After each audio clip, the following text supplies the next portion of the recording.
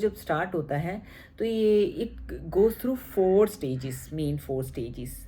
एक तो होता है, the first one is the pre freezing stage. Pre freezing stage वो होती है जब हमारे जो मसल्स में चोट लगी हुई है, इन्फ्लेम्ड है और उसमें स्वेलिंग है और हाथ हमारा दर्द होता रहता है, बट माइल्ड, हल्का हल्का मूवमेंट्स में दर्द होता है और रात को दिन में होता रहता है, and then we just ignore, और हम इसको बिना पेन किलर्स के, बिना कुछ किए रेस्ट करने से हमारा पेन ठीक हो जाता है। तो ये this is a pre freezing stage, indicating stage की आपको आगे शोल्डर में कुछ इफेक्ट है। इस स्टेज में एज अ फिजियो जो रोल होता है वो हमें पेशेंट की हीलिंग पे ज़्यादा फोकस करना होता है, कि बिकॉज पेशेंट को अगर चोट लगी है, हमें हीलिंग की तरफ फोकस करना है, तो हमें ऐसे मोडालिटीज़ को यूज़ करना है जिससे कि पेशेंट की हीलिंग प्रोग्रेस हो। इसमें हमें कोल्ड पैक देना है, बिकॉज कोल्ड पैक से जो स्वेलिंग है वो कम होगी और रिकवरी फास्ट होगी। और एक्सरसाइज हमें असिस्टेड एक्सरसाइज करनी है और हमें जॉइंट को स्ट्रेन नहीं करना, बिकॉज जितना हम जॉइंट को स्ट्रेन करेंगे और एक्सर्शन करेंगे, टॉर्चर ट्रॉमाटाइज जो जॉइंट है, हम इसको और हिलाएंगे और इसको ज़बरदस्ती बहुत सारी मूवमेंट्स करेंगे। जैसे कि पार्क में ये एक्सरसाइजेस के जो व्हील्स हैं, इसको मैं फर्स्ट स्टेज में तो बिल्कुल नो, क्लियर नो, बिकॉज इस स्टेज में हमें वही एक्सरसाइजेस करनी, असिस्टेड एक्सरसाइज। असिस्टेड मीन्स हमें दूसरे हाथ की सहायता से, suppose right hand is affected, हम लेफ्ट हाथ को इसको पकड़ के धीरे से मूवमेंट्स करेंगे। मूवमेंट्स तो करना है राइट, बट हमें उसको सपोर्टेड मूवमेंट देना है, एक्सेसिव हमें स्ट्रेन मूवमेंट नहीं देना।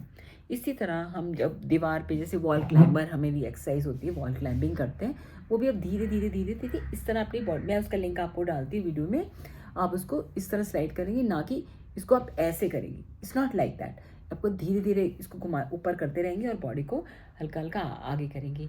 ऑब्वियसली ये वाला जो मूवमेंट है खड़े होके करना है, तो आपने इसको ऐसे ऐसे नहीं करना, you have to just support, हाथ को दीवार पे लगा के धीरे धीरे अपनी बॉडी को आगे लीन करते जाएंगे।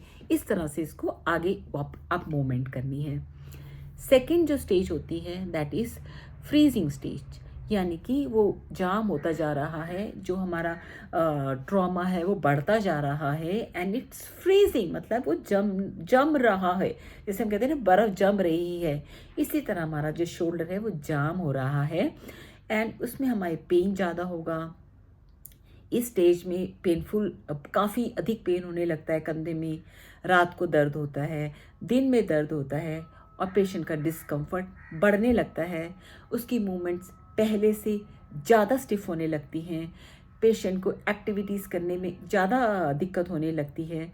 इस स्टेज में पेशेंट को पेन किलर्स का सहारा लेना पड़ता है, रेस्ट का सहारा लेना पड़ता है, एंड नाइट पोजीशन, सोने में काफ़ी दिक्कत होती है और कोई भी पोजीशन में पेशेंट का हाथ कंफर्टेबल नहीं रहता। ये फ्रेंड्स, ये जो है हमें पेशेंट को पोजीशंस, पिल्लो पे धीरे से सपोर्ट करके हाथ को रखना है, बिकॉज हल्का सा भी अगर आप जिस तरफ दर्द है उस तरफ सो जाएंगे तो बहुत पेन होने लगता है। बिकॉज इस तरफ तो अवॉइड करना है, suppose my right hand is frozen, तो आपको राइट साइड सोना तो अवॉइड करना ही है, बट आपको सीधा लेट के भी हाथ को कंफर्टेबली रखना है।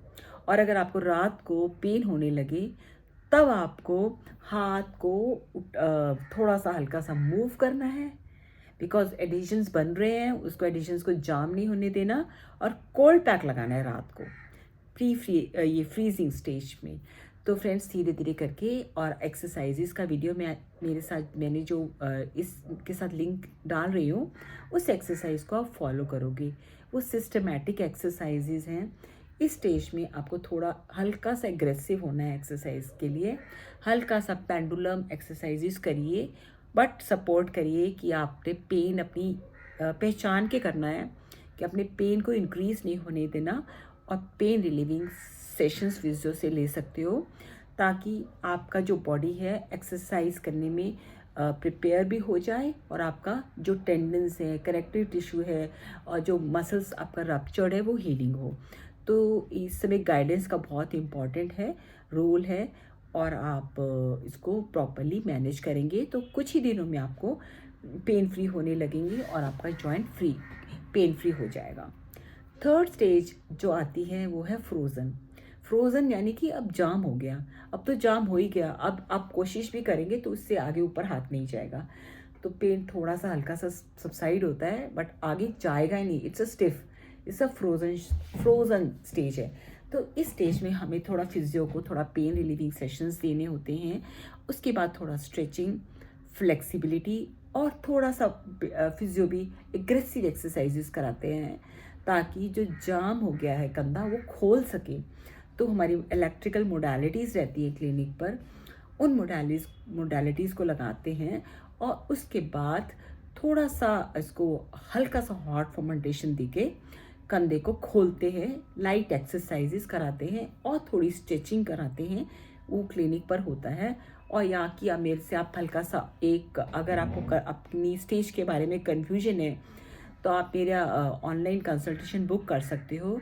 उसकी छोटी सी फीस होती है, आप मेरे लिंक में उससे उसको आप बुकिंग कर सकते हो और मेरे से बात कर सकते हो 1 by 1, 1 to 1। इस तरह आप अपनी लेने के बाद, एक्सरसाइज करने के बाद आप धीरे धीरे आपका पेन सेटल होने लगेगा और आप आराम से धीरे धीरे रिकवरी की तरफ बढ़ेंगे।